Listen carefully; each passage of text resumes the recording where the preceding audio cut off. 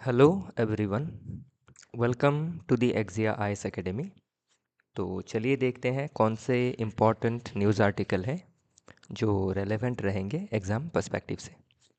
तो कल का जो एनालिसिस था, अर्थात अप्रैल 16 का, वो पेंडिंग रह गया था because of festive season Bihu था, तो इसीलिए फेस्टिव की वजह से ये पेंडिंग रह गया था। तो इसको मैं आज कवर कर लूँगा। 16 एज वेल एज 17 भी मैं कोशिश करूँगा कि रात तक अपलोड कर दूँ।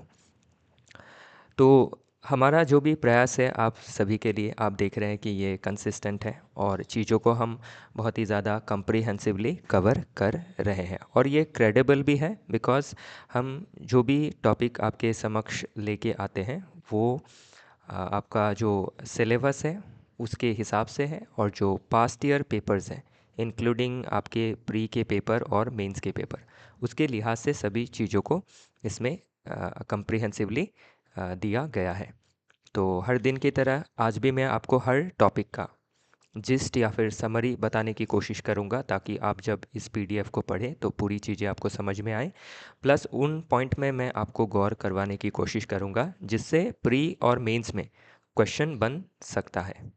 और ध्यान रखिएगा, ये आपका स्टेट पीसीएस हो या फिर यूपीएससी हो, दोनों के लिहाज से इम्पॉर्टेंट रहेगा। इसके पहले एक अनाउंसमेंट है। एक्जिया आईएएस एकेडमी में एडमिशन ओपन है। आप हमारे foundational as well as crash course से जुड़ सकते हैं। दोनों ही कोर्स में हम आपको प्री के लिए, मेंस के लिए एज वेल एज इंटरव्यू के लिए मॉक टेस्ट अवेलेबल रहेगा। आंसर राइटिंग करवाया जाएगा for all the GS paper including ऐसे राइटिंग। और वन ऑन वन मेंटरशिप के तहत आपका जितना भी डाउट है उसको कैटर किया जाएगा। आपके प्रिपरेशन में कोई भी दिक्कत आती है, आपको चीज़ें समझ में नहीं आती है अच्छी तरह से, तो हम आपको पर्सनलाइज गाइडेंस भी प्रोवाइड करेंगे। जो भी सब्जेक्ट हम पढ़ाएंगे आपको across all the GS paper, उसका स्टडी मटेरियल अवेलेबल रहेगा एज़ पर सिलेबस और पास्ट ईयर क्वेश्चन पेपर के ट्रेंड के हिसाब से। जो भी क्लासेस होंगी वो आपके हाईली एक्सपीरियंस्ड फैकल्टी के द्वारा कराई जाएंगी और classes online as well as offline दोनों ही मोड में अवेलेबल रहेगा। ऑनलाइन के लिए आप हमारा जो ऐप है गूगल प्ले स्टोर से डाउनलोड कर सकते हैं। ऐप का नाम है एक्जिया एकेडमी।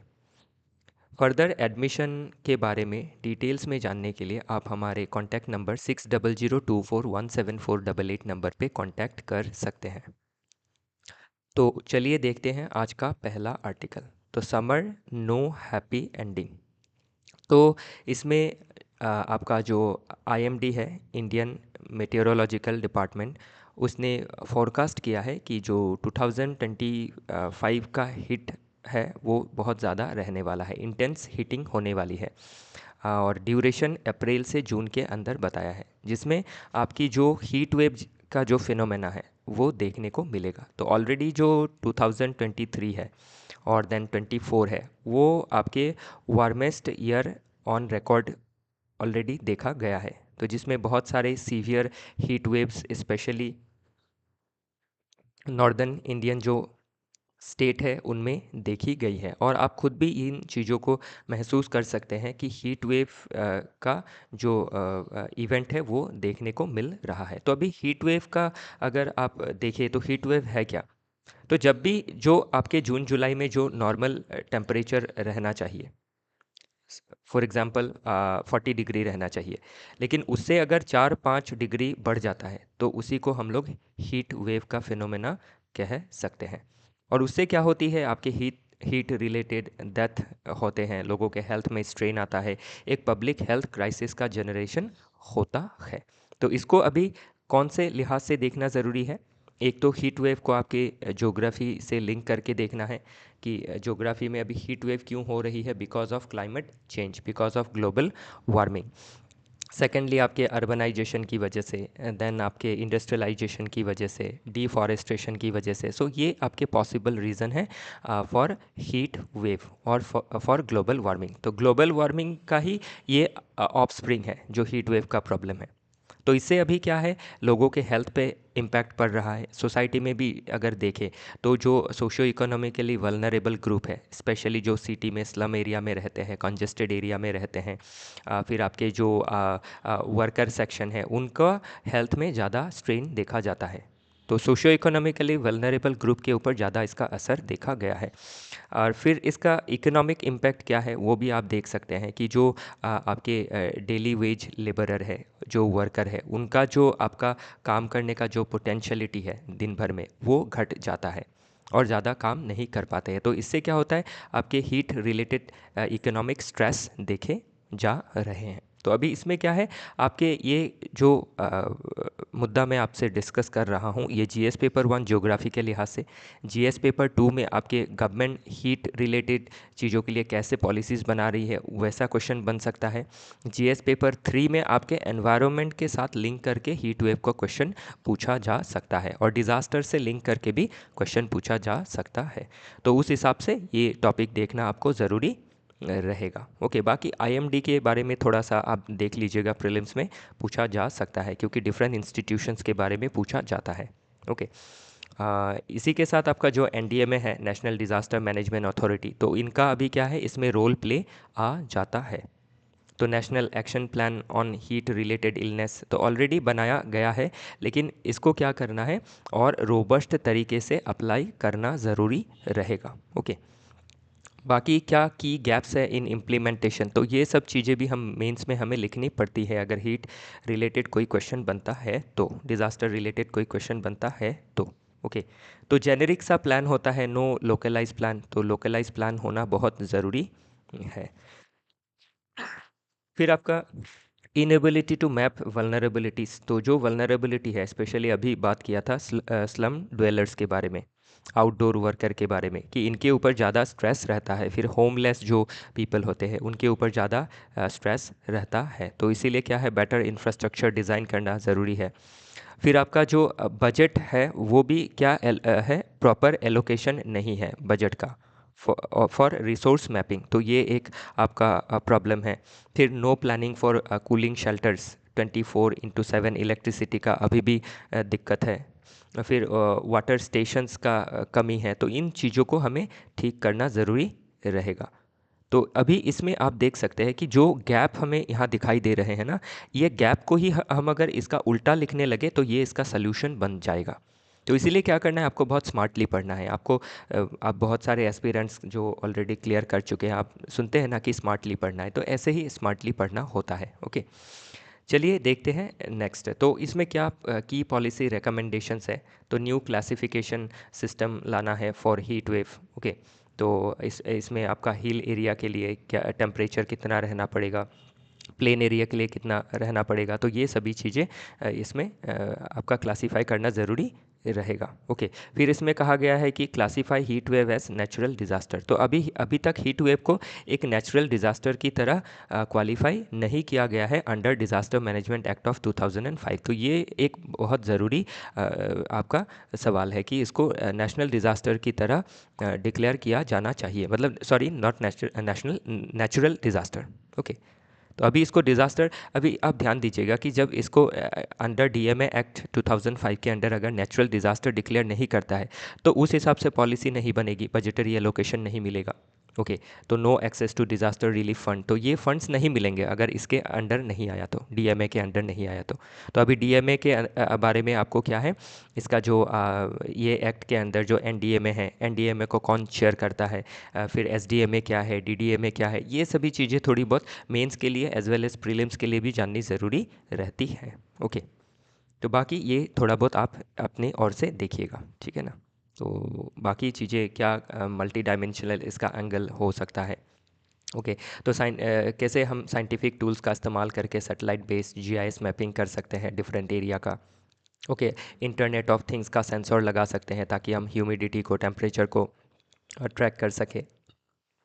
फिर जो बिल्डिंग है उसका इस तरह से डिज़ाइन करना है ताकि बिल्डिंग कूल रहे। ओके, तो उसके लिए हम लोग क्या है, बायो टेक्नोलॉजी का भी मदद ले सकते हैं। बाकी आप ध्यान रखिएगा, हर टॉपिक को कोशिश कीजिएगा कि जो हमारे सस्टेनेबल डेवलपमेंट गोल है by United Nations Organization, okay, 1 to 17 goal है टोटल, तो 1 से लेके 17 गोल के अंदर कौन से गोल के अंदर फिट बैठता है कोई भी पर्टिकुलर टॉपिक, वो चाहे आपका GS1 का टॉपिक हो, 2 का हो, 3 का हो या फिर 4 का हो, हर चीज़ में आप हर टॉपिक में SDG गोल बैठेगा तो उसको बैठाने की कोशिश कीजिएगा। जैसे SDG गोल 3 हेल्थ के साथ रिलेटेड, तो अभी हीट वेव आया तो हेल्थ को भी रिलेट कर रहा है। फिर जो आपका SDG गोल 11 है वो सस्टेनेबल सिटीज़ के बारे में बात करता है। आज के समय पे आप देख सकते हैं जो सिटीज़ है वो बड़े ही अनसस्टेनेबल है।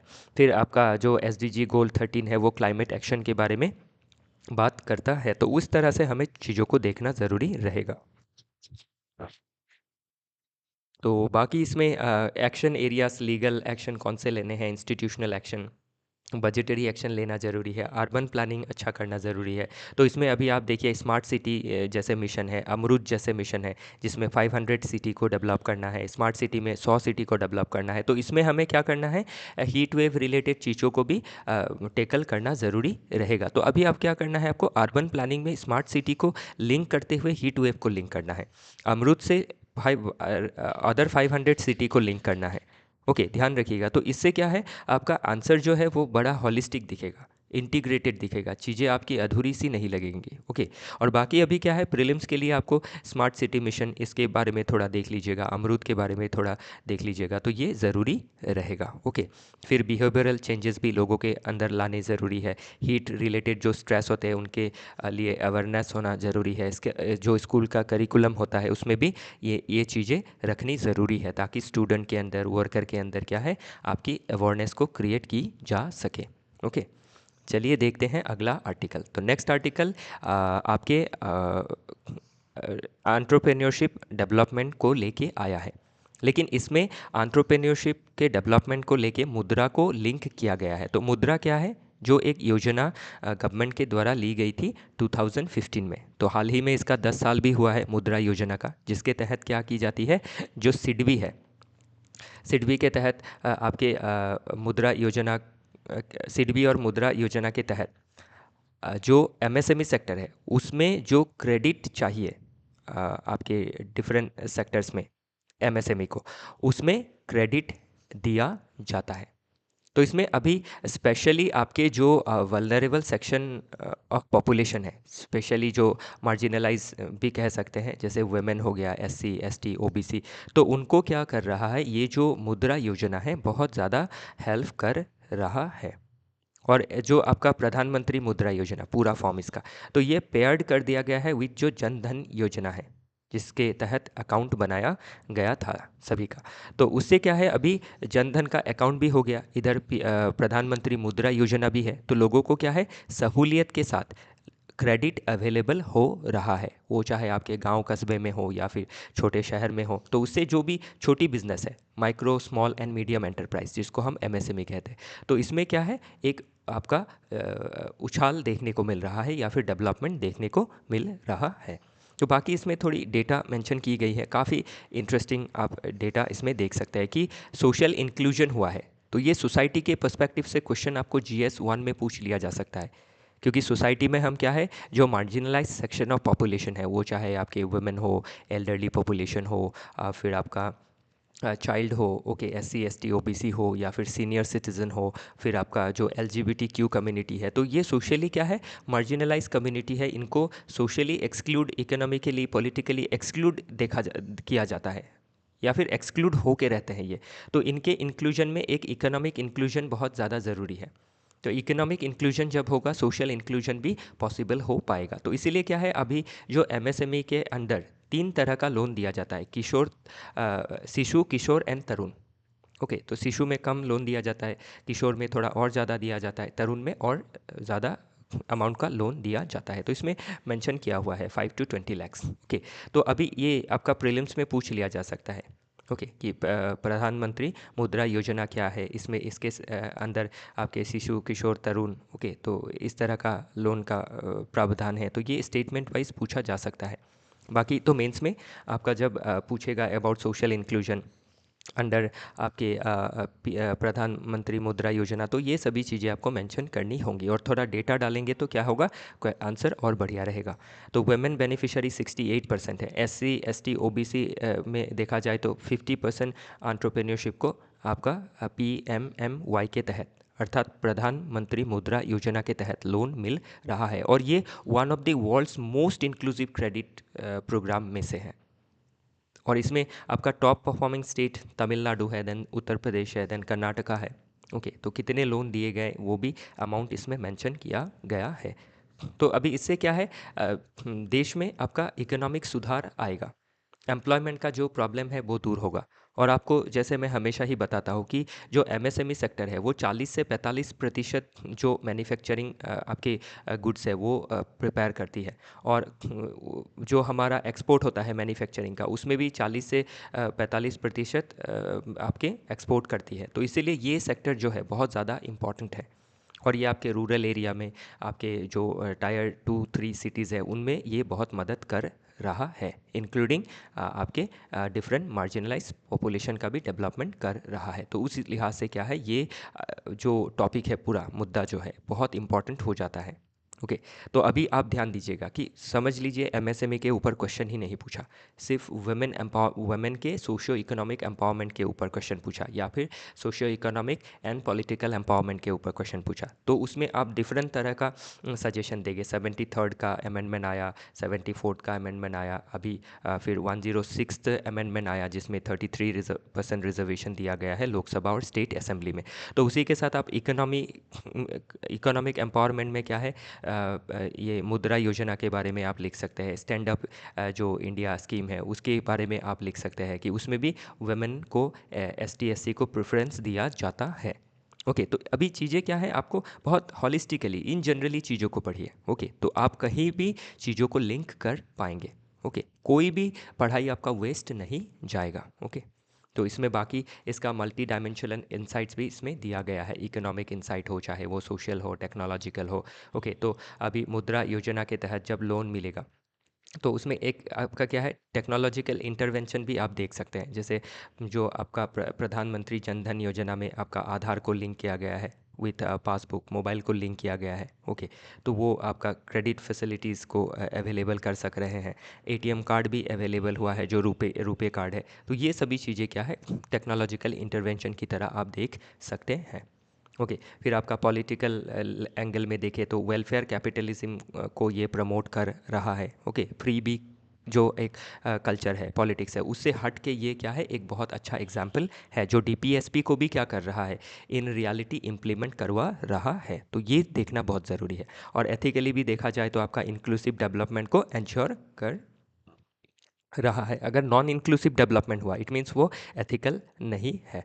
और ग्लोबल साउथ में भी आप IR में भी देखें तो ग्लोबल साउथ में भी रेलेवेंस है कि हम जिस तरह से पॉलिसी ले रहे हैं फॉर सोशियो इकोनॉमिक डेवलपमेंट, वो हम क्या है, रोल मॉडल की तरह अपने आप को प्रेजेंट कर सकते हैं before the global south nation, जिसमें आपकी बहुत सारी सोशल इकोनॉमिक टेंशन्स देखी गई है। ओके, तो बाकी इसमें आपका हर पेपर से लिंक किया गया है, तो एक बार पढ़ेंगे तो समझ में आ जाएगा। प्लस इसमें क्या है, आपका क्वेश्चन भी दिया गया है, critically examine the impact of प्रधानमंत्री मुद्रा योजना on financial inclusion and entrepreneurship development in India. तो अभी क्रिटिकली बोला है, तो अभी इसका तो अच्छा तो है ही, तो अच्छा के साथ आपको क्या करना है, इसका बुरा भी थोड़ा लिखना पड़ेगा, क्योंकि क्रिटिकली बोले तो आपका इसका जो ड्रॉबैक्स है, लेक्यूनाज है, वो लिखने पड़ेंगे। तो ड्रॉबैक्स और लेक्यूनाज में आप देख सकते हैं, नॉर्थ ईस्ट एरिया में जो मुद्रा योजना के तहत लोन है वो बहुत ही कम डिसबर्सल हुआ है कंपेयर टू तमिलनाडु या फिर उत्तर प्रदेश। ओके, फिर हमारे इधर अगर नॉर्थ ईस्ट में या फिर ईस्टर्न जो इंडिया के स्टेट है, तो सिर्फ लोन देने से नहीं होगा, उसके साथ क्या है, आपका स्किल का डेवलपमेंट देना, ओके, एंटरप्रेन्योरशिप के लिए गाइड करना, ये सभी चीज़ें भी ज़रूरी रहेंगी। ओके, किसी के पास बिजनेस का आइडिया अच्छा नहीं हो सकता है, तो अच्छा आइडिया देना पड़ेगा, तो वो सभी चीज़ें आप इसमें लिख सकते हैं। ओके, चलिए आगे देखते हैं। नेक्स्ट आर्टिकल बात करता है अगेन इकोनॉमी के ऊपर ही ये आर्टिकल है। तो make in India to make India stronger. तो अगर इंडिया को स्ट्रॉन्गर बनाना है तो हमें मेक इन इंडिया करना होगा, कि हम ज़्यादा से ज़्यादा, हमें इसमें अभी मेक इन इंडिया में स्पेशली हमें कौन से सेक्टर पे ध्यान देना है, आपके मैन्युफैक्चरिंग इंडस्ट्रियल सेक्टर पे ध्यान देना ज़रूरी है। अर्थात अगर एक वर्ड में कहे तो सेकेंडरी सेक्टर में ध्यान देना ज़रूरी है, कि हमारा अगर मैन्युफैक्चरिंग बूस्ट होगा तभी हमारा जो अनएम्प्लॉयमेंट का प्रॉब्लम है वो सॉल्व होगा। जो डिस्गाइज अनएम्प्लॉयमेंट का प्रॉब्लम है कि खेती में जितने लोगों को जुड़ना है उससे ज़्यादा पॉपुलेशन जुड़ी हुई है, हिसाब से हमारे देश में 25% लोगों को ही खेती से जुड़ने से आपका इकोनॉमी बेटर रहेगा। ओके। और बाकी जो 20% पॉपुलेशन होंगी उसको चैनलाइज करना है towards manufacturing sector, towards industrial sector. तो उसके लिए मेक इन इंडिया को डेवलप करना ज़रूरी रहेगा। ओके, ज़्यादा से ज़्यादा हमको डिफरेंट चीज़ों की मैन्युफैक्चरिंग करनी ज़रूरी रहेंगी ताकि हम देश में जो हमारा आपका डिमांड है उसको फुलफ़िल कर सके, एज़ वेल एज़ हम प्रोडक्ट को इंटरनेशनल मार्केट में भी एक्सपोर्ट कर सके। तो इसमें ओवरऑल जीडीपी का ग्रोथ देखा जाएगा, गवर्नमेंट को अच्छा टैक्स कलेक्शन होगा, अनएम्प्लॉयमेंट का प्रॉब्लम दूर होगा, लोगों का जो लिविंग स्टैंडर्ड है वो ठीक रहेगा, हमारा जो करेंट अकाउंट का डेफिसिट रहता है बिकॉज ऑफ एक्सेसिव इंपोर्ट वो दूर हो जाएगा, इंफ्रास्ट्रक्चर डेवलप हो जाएंगी। तो ये सभी आप इसके क्या है मल्टीप्लायर इफेक्ट देख सकते हैं अगर मेक इन इंडिया को अच्छी तरह से आपका इम्प्लीमेंट किया गया तो उस हिसाब से आपको ये टॉपिक देखना ज़रूरी रहेगा। बाकी इसमें कंपैरिजन भी दिखाया गया है। ओके कि मैन्युफैक्चरिंग जीडीपी किसका कितना है। ओके, तो इंडिया में लगभग 13% के लगभग दिखाया गया है, जो चाइना में 25% के लगभग है, जापान में 19% है। ओके, हमारे जो मैन्युफैक्चरिंग एक्सपोर्ट होते हैं आप देख सकते हैं कि $297 बिलियन का होता है, और यही चाइना में $3.1 ट्रिलियन का है, और यही अब जापान में $600 बिलियन का है। और आप देख सकते हैं कि जापान का पॉपुलेशन कितना छोटा है, तो अगर इतने ज़्यादा एक्सपोर्ट कर रहे हैं तो उनका स्टैंडर्ड ऑफ लिविंग कितना अच्छा रहेगा। ओके, फिर डोमेस्टिक वैल्यू एडिशन कितना होता है मैन्युफैक्चरिंग में, तो जापान में बहुत ज़्यादा हाई है। तो आप देख सकते हैं आपके टोयोटा के जो गाड़ी है, ओके, और डिफरेंट जैसे आपके डाइकिन का एसी हो गया, तो कितने हाई वैल्यूड प्रोडक्ट वो बनाते हैं। लेकिन हमारे देश में जो वैल्यू एडिशन है वो बहुत ज़्यादा लो है, और चाइना में भी क्या है वेरी हाई है। तो इसीलिए आप देख सकते हैं चाइना 3.1 ट्रिलियन तक का एक्सपोर्ट करता है, जो काफ़ी बड़ा है। ओके, तो हमारी जीडीपी ही है देश की 3.75 ट्रिलियन या फिर 4 ट्रिलियन के लगभग, तो उतना तो एक्सपोर्ट ही कर देते हैं चाइना। तो इससे आप अंदाज़ा लगा सकते हैं कि हमें कितना और ग्रो करना रहेगा। ओके, तो अभी इसमें मेक इन इंडिया के साथ आप assemble in India, skill India, startup India, MSME sector, ये सभी चीज़ों को जोड़ के देख सकते हैं। ये सभी का जब कन्वर्जेंस होगा तभी क्या है मेक इन इंडिया जो है वो सक्सेसफुल रहेगा।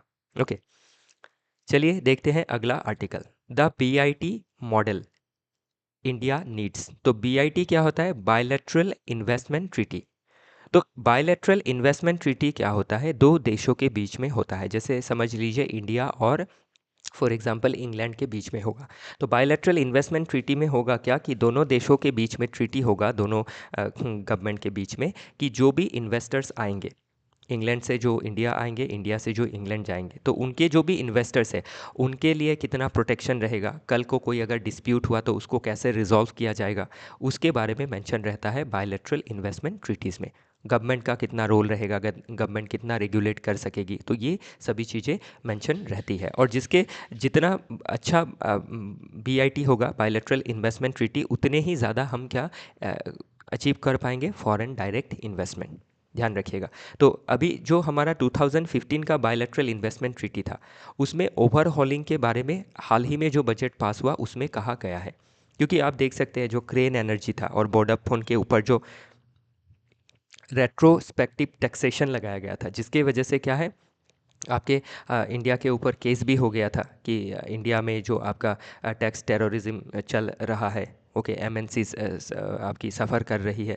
तो वैसे अगर आपके नेगेटिव न्यूज़ रहे इंडिया के रिगार्डिंग, तो एफडीआई क्या है, हम लूज़ करेंगे, फॉरेन डायरेक्ट इन्वेस्टमेंट हम लूज़ करेंगे। तो गवर्नमेंट को रेगुलेट करना है नो डाउट, लेकिन जो इन्वेस्टमेंट ट्रीटी है उसमें चीज़ों को अच्छी तरीके से इंश्योर करना ज़रूरी है कि गवर्नमेंट कितना रेगुलेट करेगा। ओके, क्योंकि आपके जो एफडीआई लेके आते हैं जो फॉरेन इन्वेस्टर्स है वो एकदम साधु संत तो नहीं है, वो भी क्या करते हैं देश का जो लॉ है उसको मैनिपुलेट करते हैं, टैक्स इवेड करते हैं। ओके, तो इसके लिए गवर्नमेंट को क्या है आपके डिफरेंट मेजर्स लेना पड़ता है, लेकिन इसका क्या है आपका रिप्रकशंस भी आप देख सकते हैं। तो इसीलिए ये बात किया जा रहा है कि जो बायलैटरल इन्वेस्टमेंट ट्रीटी है उसको अच्छा बनाना ज़रूरी है, तो उसके ऊपर अभी चर्चा चल रही है। तो बायलैटरल इन्वेस्टमेंट ट्रीटी अच्छा हुआ तो फॉरेन डायरेक्ट इन्वेस्टमेंट आएगा, हमारी भी जो डोमेस्टिक कैपिटलिस्ट है, टाटा हो, अंबानी हो, अदानी हो, वो भी डिफरेंट नेशन में अच्छा इन्वेस्टमेंट कर पाएंगे। और उससे क्या है हमारा जो ग्लोबल लेवल में इकोनॉमिक प्रेजेंस है वो बढ़ेगा। और फॉरेन डायरेक्ट इन्वेस्टमेंट आएगा तो मेक इन इंडिया हो, स्टार्टअप इंडिया हो, प्रोडक्शन लिंक इंसेंटिव हो, डिफरेंट स्कीम है, असेंबल इन इंडिया हो, ये सभी स्कीम्स आगे बढ़ेंगी। ओके, और हमारा जो ग्रोथ का प्रॉब्लम है वो हम अचीव कर पाएंगे। फिर आपका अनएम्प्लॉयमेंट का प्रॉब्लम दूर होगा। ओके, तो ये सभी चीज़ें हम इंश्योर कर पाएंगे। बस ध्यान रखिएगा, सिर्फ बायलैटरल इन्वेस्टमेंट ट्रीटी होने से ही इन्वेस्टमेंट नहीं आता है, उसके लिए देश में क्या है आपके जो लेबर लॉ है, लैंड लॉ है, उसको भी ठीक करना पड़ेगा, उसी के साथ इंफ्रास्ट्रक्चर भी ठीक रखना पड़ेगा। ओके, तो सिर्फ एक सुधार लाने से नहीं होगा, और ओवरऑल डीरेगुलेशन भी करना पड़ेगा। तो उस हिसाब से आप देख सकते हैं ये जो बायलैटरल इन्वेस्टमेंट ट्रीटी है, ऐसे क्वेश्चन आपके जीएस पेपर 3 में पूछे जा सकते हैं। ओके, मेंस में ध्यान रखिएगा। बाकी कभी बीआईटी के ऊपर आपके प्रीलिम्स में भी पूछा जा सकता है। तो बीआईटी रेफर्स टू ऐसा कुछ देके 4 स्टेटमेंट बन सकते हैं। ओके, चलिए देखते हैं अगला टॉपिक। तो spaghetti bowl trade deal may alter the global balance of power. तो अभी स्पेगेटी बॉल ट्रेड डील्स क्या बता रहा है, जो आपकी अभी अनसर्टेनिटी देखी गई है इंटरनेशनल लेवल में ट्रेड एंड कॉमर्स को लेके, specially because of unilateral tariff imposed by countries like USA. तो अभी ये जो आपके इकोनॉमिकली मिलिट्रीली पावरफुल नेशन है, ये जो आपके डिफरेंट यूनिलैटरल डिसीजंस ले रहे हैं, इसके वजह से क्या हो रहा है, जो आपके डेवलपिंग नेशंस है like India, south Africa, Brazil, इनके ऊपर क्या है आपका निगेटिव इम्पैक्ट देखने को मिलेगा, क्योंकि ये देश जो है आपके रेसिप्रोकेट भी नहीं कर सकते हैं with countries like USA, with countries like European union.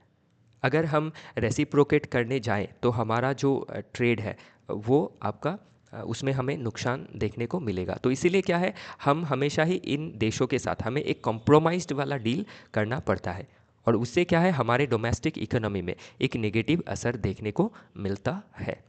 तो इसीलिए ये स्पेगेटी बॉल फेनोमेना इसमें ट्रेड के रिलेटेड ये दर्शा रहा है कि जो ग्लोबल बैलेंस ऑफ पावर है रिगार्डिंग ट्रेड, उसके बारे में ये दर्शा रहा है कि कैसे जो पावरफुल इकोनॉमीज है वो छोटे देश जो कंट्रीज़ है, जो देश है, उनको मैनिपुलेट कर रही है। उसके बारे में ये आर्टिकल बात करता है कि आपका एक समय पे डब्ल्यूटीओ फॉर्म हुआ, वर्ल्ड ट्रेड ऑर्गेनाइजेशन, इसके तहत आपका मल्टीलैटरल रूल बेस्ड ट्रेड रजीम चल रहा था। लेकिन हाल ही में आप देख सकते हैं कि बायलैटरल ट्रेड हो रहे हैं, यूनिलैटरल डिसीजंस लिए जा रहे हैं। तो इससे क्या है, जो स्मॉल नेशन है उनका इंटरेस्ट पे हार्म देखने को मिल रहा है। फॉर एग्जांपल अभी अगर यूएसए जो रेसिप्रोकल टैरिफ लगा रहा है इंडिया के ऊपर, उससे क्या है हमारे एग्रीकल्चर सेक्टर को बहुत नुकसान झेलना पड़ेगा, अनएम्प्लॉयमेंट जैसे इश्यूज और बढ़ेंगे, रूरल डिस्ट्रेस और बढ़ेगा। तो इन सभी चीज़ों से हमें क्या करना है, निपटना ज़रूरी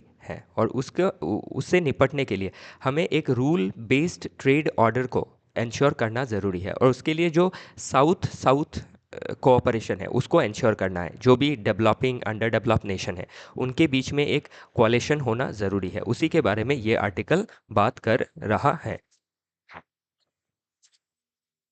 तो आप देख सकते हैं जैसे IP Indo Pacific Economic Forum बनाया गया बाय आपके यूएसए बाय बाईपासिंग डब्ल्यूटीओ।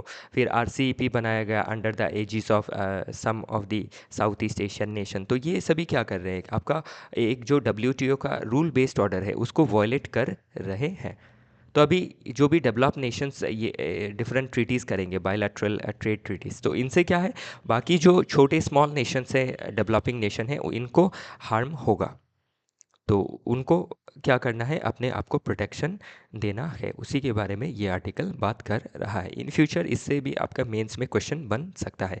बाकी मोस्ट फेवर्ड नेशन क्या है, ये प्रीलिम्स में पूछा जा सकता है। डब्ल्यूटीओ के रिगार्डिंग कब ये फॉर्म हुआ, ये पूछी जा सकती है। आरसीईपी क्या है, रीजनल कॉम्प्रिहेंसिव इकोनॉमिक पार्टनरशिप, ये पूछा जा सकता है। क्या इस इंडिया इसका मेंबर है, नहीं है, तो ये सभी चीज़ें पूछी जा सकती हैं, ध्यान रखिएगा। ओके, तो बहुत सारी चीज़ें हम आपके समक्ष लेके आते हैं, क्यों, ताकि आपका प्रिपरेशन में कोई कमी ना रहे। ओके, नेक्स्ट है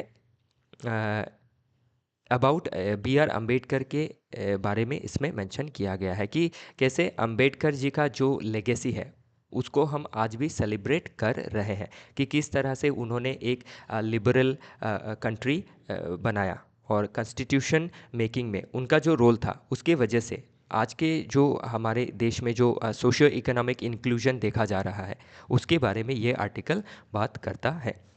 तो अभी अंबेडकर जी का जो रोल था, स्पेशली अंबेडकर जी जो सोशियो इकोनॉमिकली वीकर सेक्शन थे, उनके बारे में, उनके हित को लेके बहुत ज़्यादा वोकल थे, और इसीलिए आप कॉन्स्टिट्यूशन में डिफरेंट प्रोविज़न देख सकते हैं, लाइक रिजर्वेशन का जो प्रोविज़न है। ओके, तो ये सभी उन्हीं के वजह से आया है, उनके फोरसाइटेडनेस की वजह से ही देखा जा रहा है, और एक हम आज एक ट्रू डेमोक्रेसी में रह रहे हैं, कि कोई पीछे नहीं रहना चाहिए।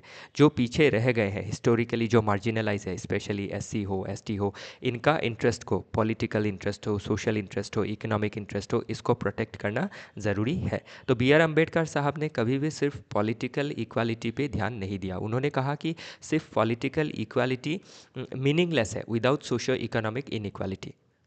ओके, तो इसीलिए आप देख सकते हैं कि जो हमारे कॉन्स्टिट्यूशन है उसमें चाहे आपका आर्टिकल 14 हो, या फिर 15 नॉन डिस्क्रिमिनेशन के बारे में हो, article 16 equal public employment opportunity हो, आर्टिकल 17 एबॉलिशन ऑफ अनटचेबिलिटी हो। ओके, तो इन जो भी आर्टिकल्स है, इसके ज़रिए जिस तरह से सोशो इकोनॉमिक इक्वालिटी आज इंश्योर करने की कोशिश की जा रही है, इसमें बी आर अम्बेडकर साहब का बहुत एक बड़ा रोल है। तो उनका लेगेसी हम इनका रिसेंटली बर्थडे गया, तो इसी की वजह से ये आर्टिकल आया है। तो अभी क्या है, अंबेडकर साहब का जो भी लेगेसी है, अभी मैं आपको हर चीज़ें इसमें नहीं बता पाऊँगा। उनके जो भी आप जब मॉडर्न इंडियन हिस्ट्री पढ़ते हैं तो उसमें आप उनका रोल देखते ही है। ओके, तो बाकी ड्राफ्टिंग कमेटी के चेयरमैन के हिसाब से उनका जो रोल रहा है, लॉ मिनिस्टर के हिसाब से उनका जो रोल रहा है, वो देखना ज़रूरी हो जाता है। और उनका जो एक आपका क्या बोल सकते हैं कि गांधी जी और अंबेडकर जी के बारे में जो डिफरेंसेस है, उनके ऊपर भी क्वेश्चन पूछा जा सकता है, ऑलरेडी पूछा गया है।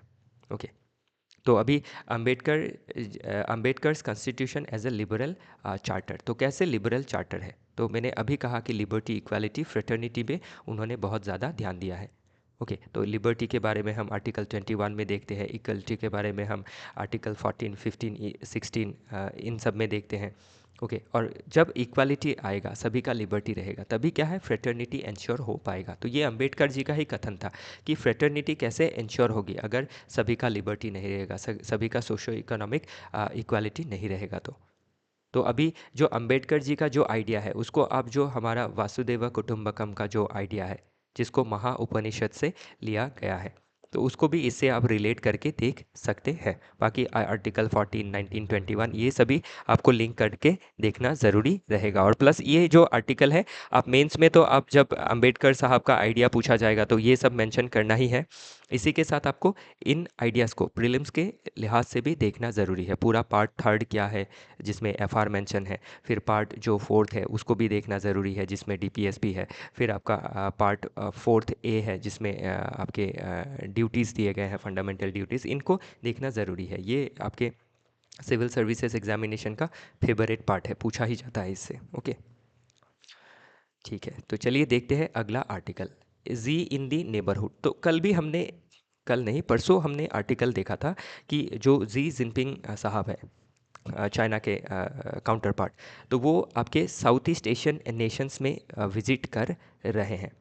ओके, तो अभी जी इन दी नेबरहुड से क्या होगा कि आपके जो साउथ ईस्ट एशियन नेशन है, उनके साथ जो चाइना का रिलेशन है वो और डीप करना चाह रहे हैं। स्पेशली अभी यूएसए का जो यूनिलैटरल एक्शन है उसके बाद जो वैकम क्रिएट हुआ है, आप देख सकते हैं in specially in South Korea as well as in Japan, तो उनके साथ भी चाइना एक प्रॉक्सिमिटी पे आने की कोशिश कर रहा है by collaborating with the South East Asian nation. तो इससे क्या है, जो इंडिया का इंटरेस्ट है उसमें नेगेटिव असर पड़ सकता है। तो इंडिया को भी क्या करना है, अभी कैलिब्रेटेड अप्रोच रखना है ताकि साउथ ईस्ट एशियन नेशंस के साथ हमारा जो रिलेशन है वो हम और बेटर बना पाए। वो चाहे आपका वियतनाम हो, मलेशिया हो, कंबोडिया हो। ओके, क्योंकि आपके साउथ ईस्ट एशियन नेशन को अगर देखें तो साउथ चाइना सी का जो 9 डैश लाइन और 10 डैश लाइन है, जो चाइना क्लेम करता है कि इन डैश लाइन के अंदर का जो एरिया है वो उनका है। तो इनको लेके अभी जैसे फिलीपींस के साथ क्या है, बीच में आपके रिलेशंस में डिटोरियोरेशन देखा गया था। तो वो एक पॉजिटिव मुद्दा हो जाता है इंडिया के लिए कि हम अपना प्रॉक्सिमिटी बना सकते हैं। प्लस जो साउथ ईस्ट एशियन नेशंस है उसमें जो आपका एक हमारे साथ कल्चरल अलाइनमेंट है नॉर्थ ईस्ट के पॉपुलेशन के साथ अगर देखें, प्लस अगर देखें तो आपके साउथ ईस्ट एशियन नेशन जो है मैक्सिमम बुद्धिस्ट नेशन है। तो और जो बुद्धिज़्म का आपका स्प्रेड हुआ है वो इंडिया से ही हुआ है, बुद्धिज़्म का जो आपका ओरिजिन है इंडिया से ही है। तो वैसे हम क्या कर सकते हैं, कल्चरली लिंक कर सकते हैं। और बाकी अभी जो जी जिनपिंग है वो नेबरहुड में क्यों अपना जो पलड़ा है वो भारी करना चाह रहे हैं, क्योंकि अमेरिका फर्स्ट के पॉलिसी के तहत अमेरिका एक आइसोलेशनिस्ट पॉलिसी ले रहा है कि अलग सेपरेटली रह रहा है। तो इसीलिए क्या है, जो यूएस के अलाइज रह चुके हैं वो क्या है, चाइना के साथ क्लोज प्रॉक्सिमिटी में आ सकते हैं अगर चाइना थोड़ा सा नरम रहा तो। ओके, क्योंकि चाइना थोड़ा ज़्यादा एसर्टिव पावर है। तो अभी इसमें एक बात और देख सकते हैं कि एक प्रॉब्लम भी इसमें देखी गई है कि जो एशियन नेशन है, तो एशियन का अगर ट्रेड बैलेंस देखें विद चाइना तो 200 बिलियन माइनस में है, लेकिन यूएसए के साथ प्लस में है। वियतनाम का -85 बिलियन डॉलर है विद चाइना। तो इतना ज़्यादा इम्बैलेंस है, मतलब वियतनाम ज़्यादा इंपोर्ट करता है फ्रॉम चाइना देन एक्सपोर्ट, लेकिन यूएसए के साथ पॉजिटिव है। इंडिया का भी यूएसए के साथ पॉजिटिव है। ओके, तो बाकी आप यूरोपियन यूनियन का भी देख सकते हैं, माइनस है विथ चाइना। तो कभी भी ये देश नहीं चाहेंगे कि चाइना के साथ इतना ज़्यादा ट्रेड इम्बैलेंस रहे, तो ये हमारे लिए एक पॉजिटिव नोट रहता है। तो ये सभी चीज़ें आपको क्या करनी है, हॉलिस्टिकली समझनी है। ओके, तो ताकि एग्ज़ाम में कुछ भी क्वेश्चन बने तो आप उसको टेकल कर सके। बाकी अलायंस सिस्टम में यूनाइटेड स्टेट का और चाइना का बीच में क्या डिफरेंस है, मार्केट एक्सेस में क्या डिफरेंस है, ट्रेड डेफिसिट बिहेवियर कैसा है, सॉफ्ट पावर में चाइना से पहले है यूएसए। ओके, इंस्टीट्यूशनल फ्रेमवर्क पे देखा जाए तो यूएसए आपका एक रूल बेस्ड ऑर्डर को फॉलो करता है। नो डाउट अभी ट्रम्प साहब की वजह से फॉलो नहीं किया जा रहा है, लेकिन चाइना क्या है, पहले भी बायलैटरल पॉलिसीज़ लेता था, असर्टिव पॉलिसीज़ लेता था, अभी भी लेता है। ओके, तो ये सभी चीज़ें आपको देखनी ज़रूरी रहेंगी। नेक्स्ट है द न्यू संगम। तो ये जो आर्टिकल है इसमें स्पेशली आपके जो इंडिया के डिफरेंट कल्चरल और रिलीजियस फेस्टिवल रहते हैं जो एसोसिएट करते हैं with river bodies, for example Mahakumbh हो, या फिर आपका छठ पूजा का पर्व हो, या फिर डिफरेंट और अदर पर्व होते हैं जिसमें हम क्या करते हैं, एक रिवर के साथ हमारा फेस्टिवल्स का एक इंटीग्रेशन रहता है। तो इसमें ये आर्टिकल में जो ऑथर साहब है ये बताना चाह रहे हैं कि रिवर को हम जिस तरह से अभी के दिन समय पे इस्तेमाल कर रहे हैं, इससे क्या हो रहा है, रिवर में बहुत ज़्यादा पोल्यूशन देखा गया है। और रिवर रिवर जो है इतना ज़्यादा पोल्यूशन जो है वो हैंडल नहीं कर पा रही है, और इसका नेगेटिव असर human health, animal health, overall ecology पे दिखाई पड़ रहा है। तो किस तरह से हम इन्हीं जो लोग हैं, इन्हीं जो पॉपुलेशन है इन्हीं का इस्तेमाल करके किस तरह से हम रिवर का जो पोल्यूशन है उसको टेकल कर सकते हैं, किस तरह से हम लोगों के अंदर बिहेवियरल चेंजेस ला सकते हैं रिगार्डिंग रिवर की। इनको हॉली जो हम मानते हैं, तो उस हॉलीनेस के लिए हमें क्या करना है, रिवर को हमेशा बचा के रखना है। कल्चरली या फिर रिलीजियस पर्पस के लिए रिवर को इस्तेमाल करना है, लेकिन जुडिशियसली। और लोगों को एक स्टेवर्डशिप, एक मालिकाना हक देना ज़रूरी है, और ये अवेयरनेस भी देना ज़रूरी है कि जो रिवर है वो हमारी है, हमारी धरोहर है, हमारी लाइफलाइन है, तो उन्हें हमें प्रोटेक्ट करना पड़ेगा। और इसके लिए क्या कर सकती है, जो 3 लेवल में गवर्नमेंट हम देखते हैं, national level, state level and local level, और उसके बाद जो लोकल पॉपुलेशन है, उनको सब मिला के हम कैसे रिवर का जो पोल्यूशन है उसको टेकल कर सकते हैं, उसके बारे में ये आर्टिकल बात करता है। तो काफ़ी अच्छा एक आपको इंसाइट इसमें मिलेगा। कि हमें स्पिरिचुअली जो सोसाइटी है उसको रिवर को हज़ारों सालों से इस्तेमाल करते आ रही है, करना भी है, लेकिन इकोलॉजिकली बैलेंस बना के रखना ज़रूरी है। लोगों के अंदर अवेयरनेस क्रिएट करना ज़रूरी है, ताकि जो मास गैदरिंग की वजह से जो पॉपुलेशन का एक लोड रहता है रिवर के ऊपर, जिससे पोल्यूशन बढ़ता है, तो उसको हम टेकल कर सकते हैं। ओके, तो इसीलिए क्या करना है, लोकल पॉपुलेशन को एंगेज करवा के स्टीवर्डशिप के तहत रिवर पोल्यूशन को टेकल करना ज़रूरी है। और लोग समझेंगे, अगर लोगों को समझाएंगे साइंटिफिकली, उनको नॉलेज देंगे, अवेयरनेस देंगे, तो उनके अंदर बिहेवियरल चेंज, एटीट्यूडनल चेंज आएगा। वही बात कर रहा है ये आर्टिकल। नेक्स्ट आर्टिकल बात कर रहा है अबाउट डायर वुल्फ पप्स, जो डी एक्सटिंक्ट किया बोल के आपका क्लेम किया था बाय कोलोसल बायोटेक। तो कोलोसल बायोटेक एक यूएस बेस्ड बायोटेक कंपनी है, जिसने जीन एडिटिंग के तहत जो क्रिस्पर कैस9 टेक्नोलॉजी है उसका इस्तेमाल करके आपका जो डायर वुल्फ था उसको रिकवर करने का दावा किया है। तो उसी के रिगार्डिंग ये आर्टिकल आया है। तो ऑलरेडी मैं इसको 2-3 बार कवर कर चुका हूँ। तो इसमें अभी ये आर्टिकल से क्या है, आपका एक नंबर तो प्रीलिम्स में क्वेश्चन पूछा जा सकता है कि कौन से कंपनी ने कौन से टेक्नोलॉजी को इस्तेमाल करके कौन सा जो आपका एनिमल है उसको डी एक्सटिंक्ट करने का दावा किया है। ओके, उसके बारे में पूछा जा सकता है। नेक्स्ट, जो दो आपके पप्स थे उनका नाम क्या है, तो वो भी पूछा जा सकता है। तो 2 पप इसमें आप देख सकते हैं, एक रोहोमुलुस और एक रेमुस नाम से रिकवर किया गया है। मतलब डी रिकवर नहीं, डी एक्सटिंक्ट किया गया है, मतलब जो 12,000 साल पहले, ओके, जो आइस एज के ख़त्म होने के समय पे ये 2 डायर वुल्फ आपकी एक्सटिंक्ट हो गई थी। तो इसको अभी रिकवर कर लिया गया है, ऐसा दावा है बाय कोलोसल बायोटेक। तो अभी इसमें जो बायोटेक्नोलॉजी है उसके रिगार्डिंग हमारे जीएस पेपर 3 में क्वेश्चन बनता है। फिर आपका इसमें एक आपका एथिकल पॉइंट भी आ जाता है कि जो बायोटेक्नोलॉजी है उसको इस्तेमाल करके हम जो रिकवरी कर रहे हैं, क्या ये कितना दूर सही है, क्या ये प्लेइंग विथ गॉड है, जो गॉड का क्रिएशन है। क्योंकि आपका ये जो डायर उल्फ को डी एक्सटिंक्ट किया गया बोल के दावा किया गया है बाय कोलोसल बायोसाइंस, ये जो उल्फ है, जो डायर उल्फ 12,000 साल पहले पाया गया था, उसका 99.5% सिमिलर है कहा गया है, लेकिन ये 100% सिमिलर नहीं है। और जो जेनेटिक डिफरेंसेस होती है वो आपकी बहुत ज़्यादा नहीं होती है, 0.5 ही 0.5 ही होता है, 0.5%। तो इससे क्या हम ये मान सकते हैं कि ये डी एक्सटिंक्ट हो गया है। इसके साथ और एक मुद्दा आया है, क्यों ना हम जो अभी एंडेंजर्ड स्पीशीज़ है उसमें ध्यान दें, जो ऑलरेडी ख़त्म हो गई है उनको आपके डी एक्सटिंक्ट करने की बजाय, जिसमें कि हम उनको पूरा डी एक्सटिंक्ट तो कर नहीं सकते हैं अब तक। तो इससे क्या करना है, ज़रूरी ये है कि हम जो एंडेंजर्ड स्पीशीज़ है अभी के समय पे उनके उनमें ज़्यादा ध्यान दें, ना कि इन सब चीज़ों में ध्यान दें।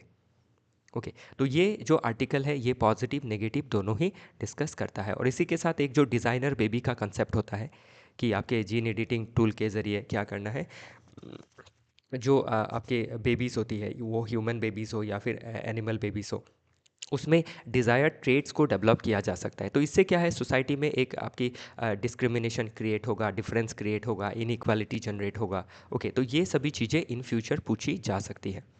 ध्यान रखिएगा, बायोटेक्नोलॉजी के अंदर आपके क्रिस्पर कैस9 टेक्नोलॉजी, जिसके मदद से आपका एनिमल में हो, ह्यूमन में हो या फिर प्लांट में हो, जेनेटिक एडिटिंग किया जा सकता है। ओके, तो इससे इसका क्या पॉजिटिव है क्या नेगेटिव है ये सभी देखना ज़रूरी रहेगा। ओके, तो इसमें बाकी सभी चीज़ें मेंशन की गई है, एक बार ध्यान से पढ़िएगा, प्रीलिम्स में पूछा जा सकता है और मेंस में ओवरऑल जब बायोटेक्नोलॉजी के बारे में पूछेगा तो तब आपको क्रिस्पर कैस9 टेक्नोलॉजी के तहत इन सभी चीज़ों को एग्जाम्पल में लिख सके तो अच्छा रहेगा। ओके, तो आज के लिए इतना ही है। तो ये कल का एनालिसिस था, कोशिश करूँगा कि आज का जो एनालिसिस है वो भी रात तक मैं आपको प्रोवाइड कर सकूँ। और अगर कोई डाउट है आपका तो आप इस नंबर पे फ़ोन करके हमें पूछ सकते हैं, और कमेंट सेक्शन में भी कमेंट करके आप बता दीजिएगा, हम उसको सॉल्व करने की कोशिश करेंगे। तो इसी के साथ अभी के लिए विदा लेता हूँ, फिर मिलेंगे नेक्स्ट वीडियो।